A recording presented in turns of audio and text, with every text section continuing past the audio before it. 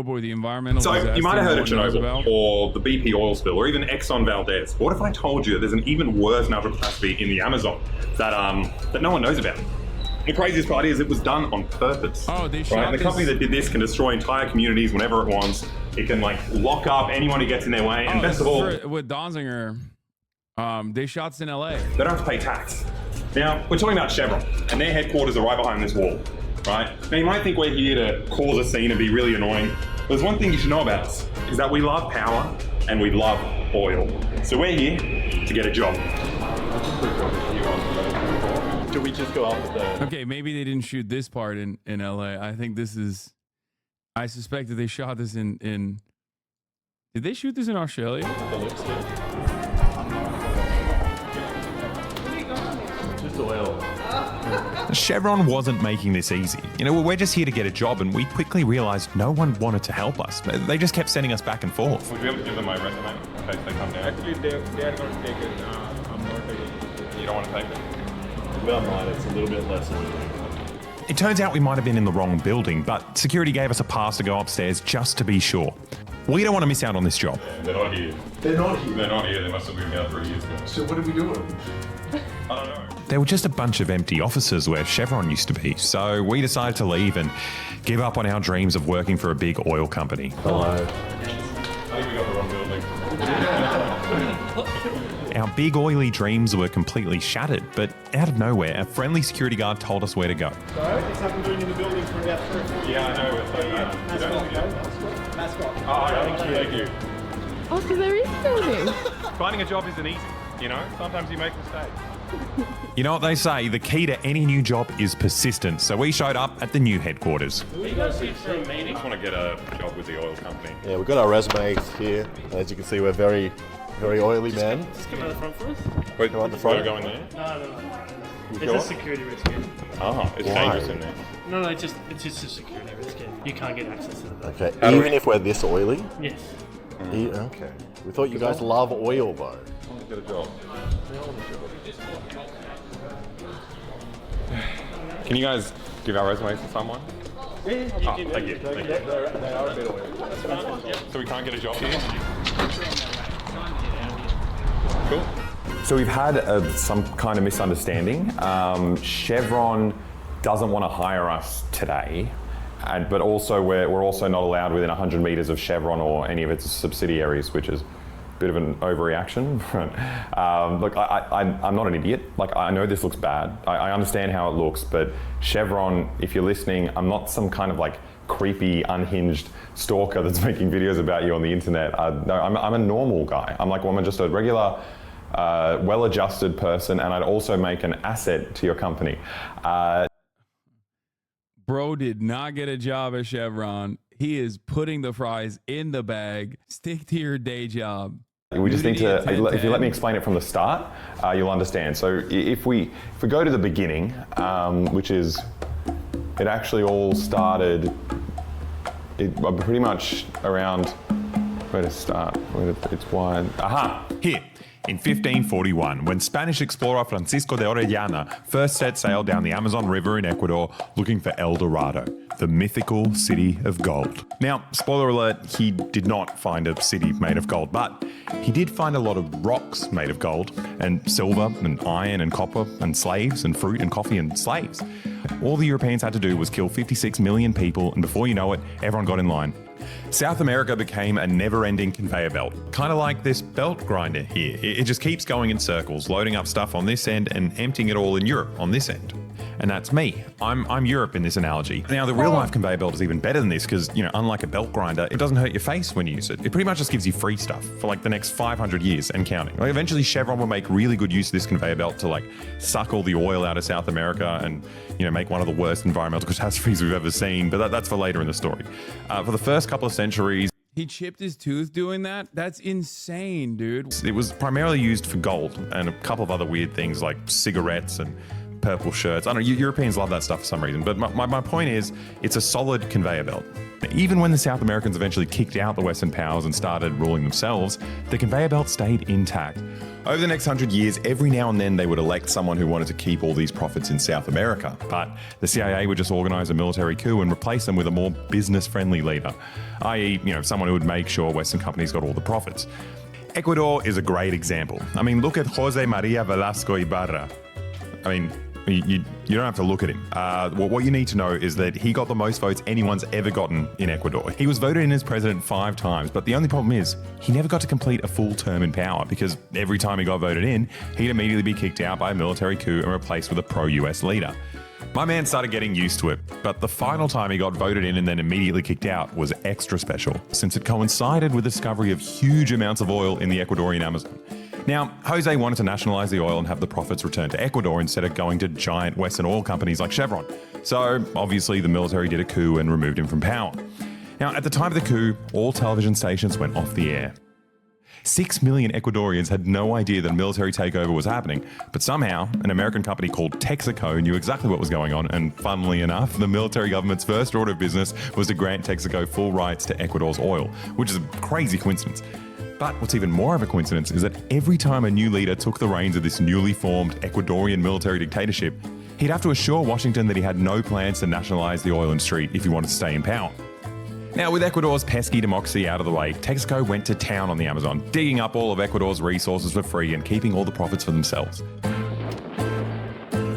Now, over time, the very hungry oil company drank up so much free oil and just grew and grew and grew that eventually Texaco merged with Chevron, which made 2 very big oil companies become one of the biggest companies in the world. But the fun ended in 1992. The Ecuadorians finally managed to nationalise their oil and they drove the oil giant out of the country. But this is where the horror show really started. I mean, the Ecuadorians finally got full control of the oil fields and they got a glimpse of what this company's been doing in the Amazon for the past 20 years. There were always rumours of what was going on deep in the rainforest. While the company was in charge, local tribes occasionally complained that their water tasted different. But the oil company brushed them aside and said, "Don't worry about the taste of the water, drink it up. We've done you a favour and filled it with special vitamins that are good for you, actually." And it turns out they did exactly what you'd expect a giant corporation to do in a third world country where they had complete control over the government. They decided to dump 72 billion litres of toxic waste into the pristine rainforest rivers because it was, cheaper than disposing of it properly. They wiped out multiple local communities, they poisoned and scarred their bodies and destroyed all their food and water, causing what experts have called the Amazon Chernobyl.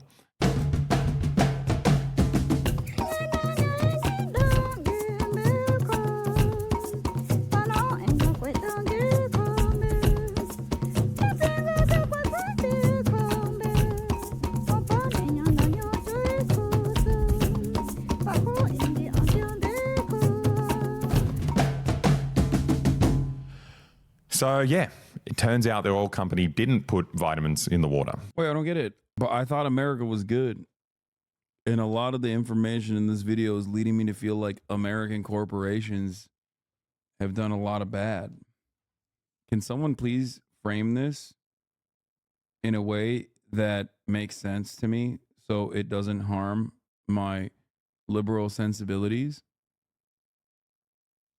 Sensibilities that include that America gets to have its private for-profit businesses go to other countries and suck up the natural resources at the behest of the profit motive while simultaneously destroying the natural the natural water supply, wildlife, indigenous population. I don't get it. Which is very sneaky. But we decided to talk to Stephen Donziger about it. He's a lawyer who fought for the people of Ecuador. Chevron actually ended up throwing him in prison, which makes him the only American citizen in history to be locked up by a private corporation. Not a criminal trial, by the way, but a civil one. We'll get into that later. First, we want to talk about what he saw in the Amazon in the 90s. Now, the only problem is he lives all the way over here in New York, so we decided to meet in the middle, in sunny Kiribati. But it turns out Chevron won't let him leave the country, so we decided to meet in sunny LA at a beautiful, pristine park in the middle of the city that's also somehow home to a bunch of Chevron's oil pumps. It's such a good shot, just an oil well. It looks like it's drilling into your head. Seriously? Yeah. That's really funny. I guess we'll start from the beginning. What did you What did you find in the Amazon? What happened down there? This It's sort was of in LA. hard to describe how bad it is in Ecuador. Like what they did is just apocalyptic. And I remember seeing a lot of bad shit. But I remember going over like a hill in the car we were in. In the distance, I saw what looked like a lake. It was sunny and it was like glistening in the sun.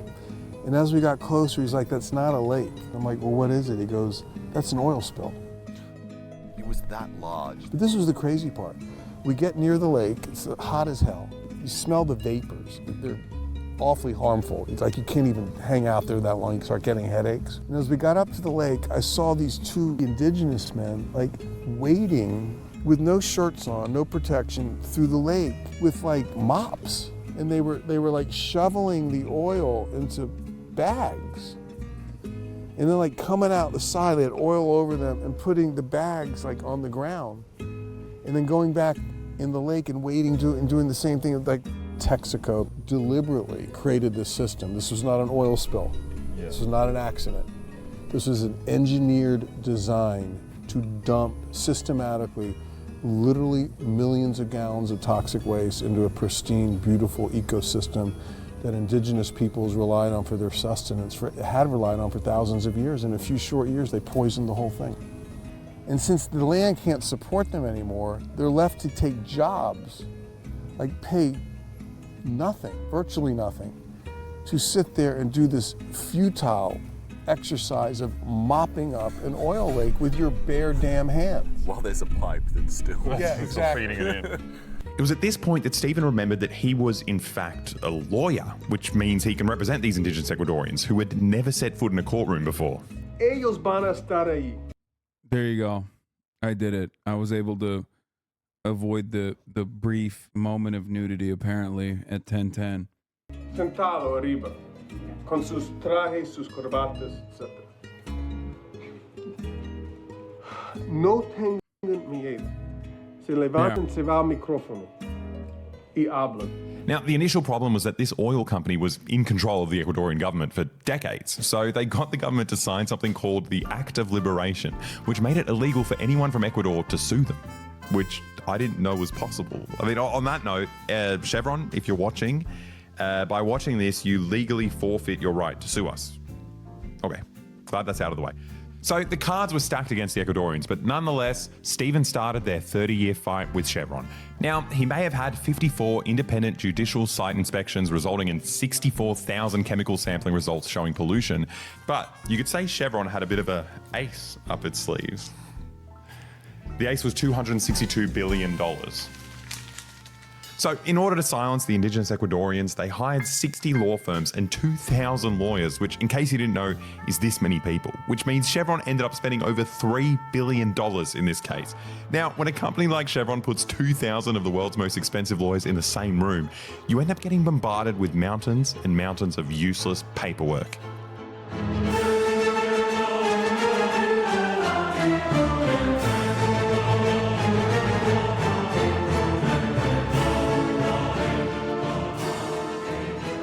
Each page is specifically designed to clog up whatever court has to read them. Every single page needs an answer, and it costs your legal team thousands of dollars to answer them. Their aim is to simply outspend you until you have no choice but to drop the case. Now, Stephen wasn't only running out of money. The 30,000 Ecuadorians that he was representing were all dying of toxic contamination, so if they stalled for long enough, Stephen wouldn't have any clients left. Now, Stephen's team was trying to sue them in front of a jury in the US. What I was saying is if they don't pack this shit up, then it's going to obviously, one, it's going to kickstart a landfall of other similar points of litigation from many of the other countries that they exploit in similar fashion. So you can't do that. You can't set precedent that this kind of thing is prosecutable. Chevron sure as hell didn't want that. So after 10 years of stalling, Chevron eventually won and got to choose to do the prosecution back in Ecuador, a tiny country with no real power to enforce any rulings. And then the next 8-year battle began. Now, Chevron didn't just stall and outspend Stephen. They got even sneakier. They went so far as to set up fake laboratories They would pose as independent labs who studied soil samples and coincidentally concluded that there was actually no pollution in the Amazon. But it turns out they belonged to Chevron, and thanks to a group of brave whistleblowers, the truth got out. Now, we've covered Australian whistleblowers a lot on our channel, and a lot of our friends have been sued and imprisoned for doing the right thing. But these guys are on a whole new level. Like, when you get in the way of Chevron in a third world country, you usually get tortured and murdered. Like one of the main Indigenous representatives for this Chevron case, Pablo Fajardo, he was receiving death threats as soon as he joined the legal team, and as a warning, his brother was tortured and killed, and the government refused to investigate it. Es este lugar donde está sepultado mi hermano. Mi hermano murió 8 días antes de que realicemos la primera inspección judicial del caso Texaco. Le habían torturado fuertemente, cortado su rostro, no tenía nada en la cabeza, no se le conocía, no se le identificaba. Alguna vez un informe militar le dijeron a uno de mis hermanos que el que buscaban era mí. But in the face of all this brutality and corruption, the people of Ecuador just kept fighting, and they won. Like, it's insane. Chevron was ordered to pay $9.5 billion to the people of Ecuador. Like, David beat Goliath. This had never happened before. It was a landmark ruling, like one of the biggest cases in world history. Except, you know, that also got held up in the court. And somehow the indigenous Ecuadorians beat one of the world's biggest corporations. But it was time for the next ace up Chevron's sleeve. Also money. It was also money. They lobbied the US government to sanction Ecuador. They pulled all of their assets out of the country before the court could seize them, knowing that they were so rich and powerful that no other country would dare enforce Ecuador's ruling. Their top lawyer famously said in 2009 that we will never pay a penny of this judgment. We will fight this until hell freezes over, and then we will fight it out on the ice. I mean, look, considering that they're polluting the planet, maybe, you know, hell will freeze over pretty soon. Yeah, that might come sooner than we think. So now, after 18 years of fighting, Stephen's team has to chase Chevron around the world, trying to find a country that would enforce this judgment and finally make Chevron pay for purposely destroying these people's lives. In the meantime, the Amazon still looks like this. You know, this giant Western company drenched it in toxic waste, and the few bits of the Amazon that are still pristine are now reserved for rich Westerners who just shit and vomit all over the rainforest floor while trying to find themselves on an ayahuasca trip. But if you think that's bad, things are about to get much, much worse for the Ecuadorians. Chevron knew full well that if they ended up paying this judgment, they'd set a precedent, right? Their whole business model, like the way they make insane profits is by just like going into a country, sucking up all their resources for as cheap as possible, and then just dumping the waste wherever they want. And then they leave the local communities to pay the price, right? If Chevron pays $9.5 billion to the Ecuadorians, soon every single community they've destroyed around the world will start asking for money. So they decided to make an example out of Stephen to, you know, scare other lawyers from doing what he's done. So they took him to court in the US and claimed that he had bribed an Ecuadorian judge personally to rule against Chevron. And to prove that, they got this guy called Alberto to kind of stand up in front of the court and just, you know, say that that's what Stephen did. Now, here's the catch. Alberto said that during Stephen's case, and then 3 years later, he admitted under oath to an international tribunal that Chevron paid him more than $1 million to lie about Stephen, which is insane. But the crazy part isn't the $1 million lie. It's the fact that it took 50 days to coach this man on how to present fake testimony, which, you know, I know there are so many wild parts of this case, but 50 days, like paying the world's most expensive lawyers for 50 days just to teach this guy how to recite a lie. I mean, is he an idiot? Like, how does it take him 50 days to learn how to lie? Like, I swear it should take a day. Like, in fact, I've hired an Ecuadorian man to prove how easy it is. And to replicate the stress of a courtroom, I've also taken his clothes off. Esteban gave me lots of money. He is very, very bad man. Also, Chevron is very good company. Brillante, Diego. Eres muy talentoso. No jodas, solo 15 minutos. Diego, venga. Eres muy talentoso. Bravo, Diego. Bravo. But anyway, Alberto told his $1 million lie and tricked a jury into ruling against Stephen. Well, actually, no, it wasn't a jury. It was all decided by this one guy, Judge Louis A. Kaplan, who's coincidentally funded by Chevron, but that's for later in the story. For now, Alberto is kicking back in California, receiving a lifetime salary from Chevron, and Stephen found himself in a whole lot of legal trouble. He got his law license revoked. Like, they froze his bank accounts and they took his apartment. Like, they literally took the clothes off his back and probably like the pants off his legs. Also, maybe his underpants off his penis or something. And so Chevron wasn't done. So they got old mate Judge Louis A. Kaplan to take another crack at him. And just on a side note, why does he look like that? Like, why does every single ghoul who sells their soul to a big corporation end up looking like this? What's going on? Like, I don't understand. Is this what happens when you make a deal with the devil? It's hideous. Anyway, so Judge A. Kaplan, Big Louis, he wants to confiscate Stephen's laptop and phone, which Stephen obviously appealed because of, lawyer-client confidentiality, but also ethically. The last thing you want is to give Chevron a list of every single Ecuadorian who stood up to them and exactly what they said. So while Stephen was appealing it, the judge went to the US government and said, look, this guy's disobeying court orders. You need to prosecute him for contempt of court. Can't what Chevron be doing considered economic and chemical warfare in any way? If so, take it to the international courts. What are you talking about? Who's going to prosecute Chevron, brother?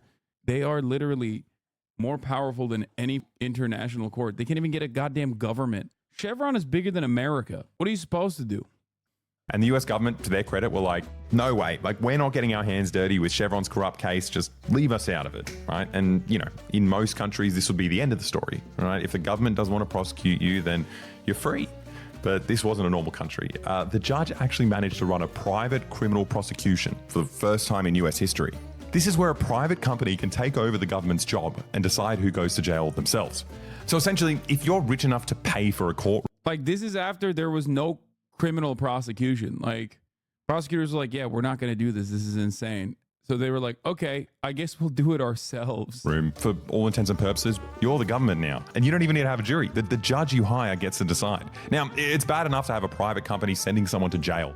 But what's worse is that everyone who's meant to be independent is actually on Chevron's payroll. The original judge who decided this was a Chevron investor, and the law firm he had handpicked for the private prosecution, Gibson, Dunn and Crutcher, was paid $3 million from Chevron just before they started prosecuting Stephen. And there's even more law firms linked to this. It's insane how these law firms are so good at breaking the law.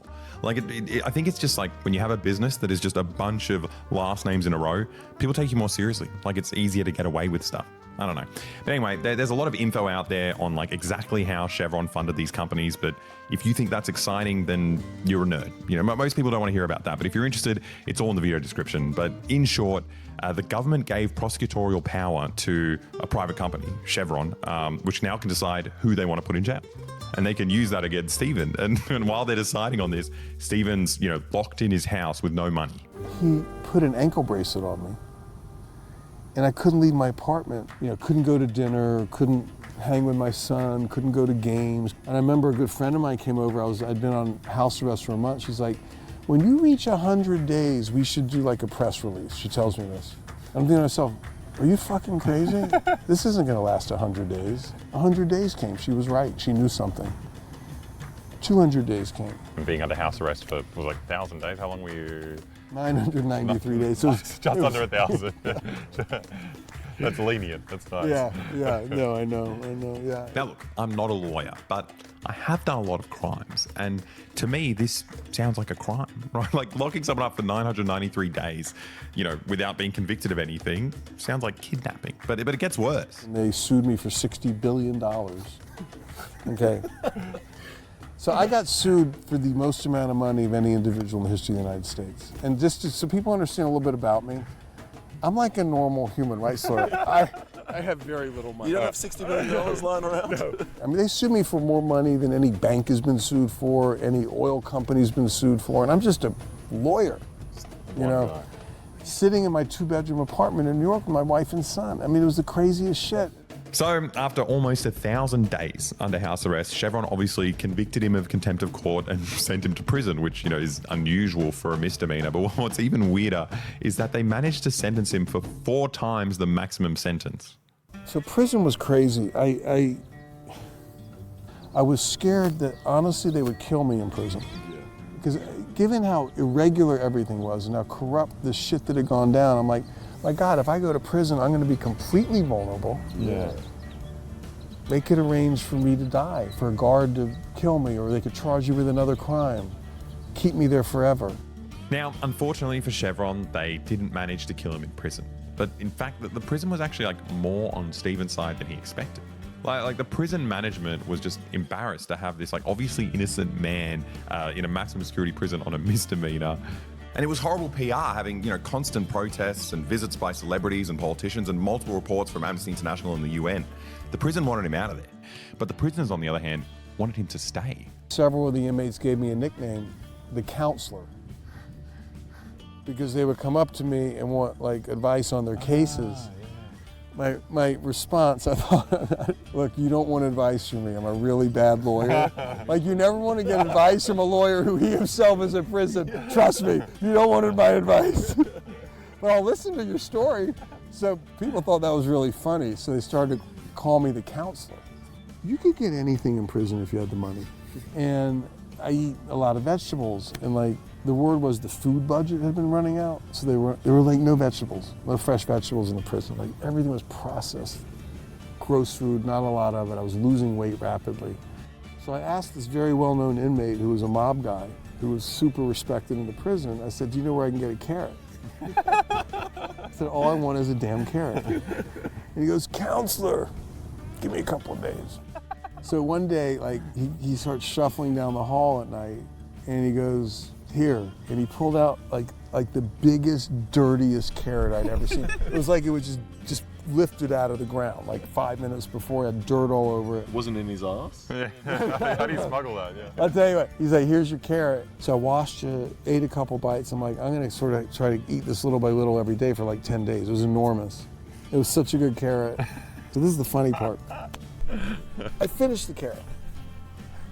A couple days later, every night at 9 o'clock, you have to stand in front of your cell, and the guards come in, and they literally count one by one with those little things, 1, 2, 3, everyone in the prison. So I'm standing in front of my cell, and I look down at the end of the hall, and the guard who was running the count, I thought I saw a carrot in his hand. And the craziest shit, at the end of the hall, there was this big trash bin. I saw him, or I thought I saw him toss the carrot into the trash bin. So I'm like, when the count ends, I'm gonna go see if I can dig that carrot out. But I'm like, but the other thing about prison is, it's really clean. The inmates keep everything hyper clean, and if you have germs or don't keep clean or take food out of a trash bin, you're not really highly regarded. Yeah, right. So I'm like, okay, I gotta go see if it's a carrot. If it is, pull it out without anyone seeing me, okay? So I walk down, I'm looking, I'm like, that's a fucking carrot. Nice. And it's a big one too. But I'm looking around, I couldn't pull it out. So I went back to my cell, I'm I'll come back in 10 minutes, and everybody goes to bed. Came back in 10 minutes, and goddamn it, the trash bin had filled up, and someone had taken it out. So I lost the carrot. But the point is, a normal human being in prison became so desperate for food that I was literally ready to dive into a fucking trash can to get a carrot. No, it's the craziest shit. And I thought to myself, what are you becoming? Yeah. Because when you're in that environment, there's a shortage of food, shortage of love, shortage of education, shortage of opportunity, everyone's abused. You create the characteristics you need to survive in that environment. And I felt myself changing. Yeah. Wow. And I was really happy to get out of there. Yeah, I can imagine. Like telling that story, I'd eat a carrot after. Yeah. But I bet not in prison. No. Listen, nothing against eating carrots out of bins. I'm ready to do it, I went from Harvard Law School with Barack Obama to fucking jumping into a trash bin in a prison to get a carrot. That was really incredible if you think about it. So Stephen did his time and finally got to be reunited with his family. He was technically free, but Chevron succeeded in completely destroying his life and made it impossible for him to continue his work with the Ecuadorians. I'm not locked up, but think about it. I can't leave the country, I have no passport. I can't work, I have no law license. And I can't transact business, I have no bank account. And I can't work even a non-law job because I owe them money and they could take the money. So you're looking at I don't know how to describe it, I'm a half citizen. Yeah. Now this is all incredibly depressing. Stephen's life was destroyed because he dared to do the right thing. But here's the good part. You can fix this. Now, in our last whistleblower video, David McBride was about to go to jail and he didn't have money to appeal the sentence. Then we posted our video and had a link to his chuffed crowdfunding page. So you guys raised $90,000 for his legal fund in the first 3 days. Like, I didn't know we could do that. Like, how is that possible? It's insane. He was completely broke and he was facing down like a corrupt government. He was going to go to jail like for ages. And you guys gave him the money to launch an appeal. Like, you did that. Like, it's insane. So we've partnered with Chuff for this video to show the people in power that we can do it again. Right? Like, this community has turned YouTube into a weapon for the most disadvantaged people on earth. So click the link in the description and donate whatever you can to Donziger's legal fund. And we can fight back against Chevron and get them to pay for what they did to the people of Ecuador. Now, I know it sounds crazy, but we actually have the power to influence this. Like, we've done it before. Like, if the Ecuadorians win this, we have a viable model to make corporations pay for their crimes around the world. I just want to say, like, even though the communities in Ecuador have not collected the money yet, they are going to collect the money. It's not so much 10 billion, although they don't want to pay it. It's the model that produced the 10 billion. Yeah. They sort of see this case as potentially opening up the floodgates to a huge amount of global liability because they're guilty of pollution all over the world. Yeah. And they don't want this to be replicated in other countries.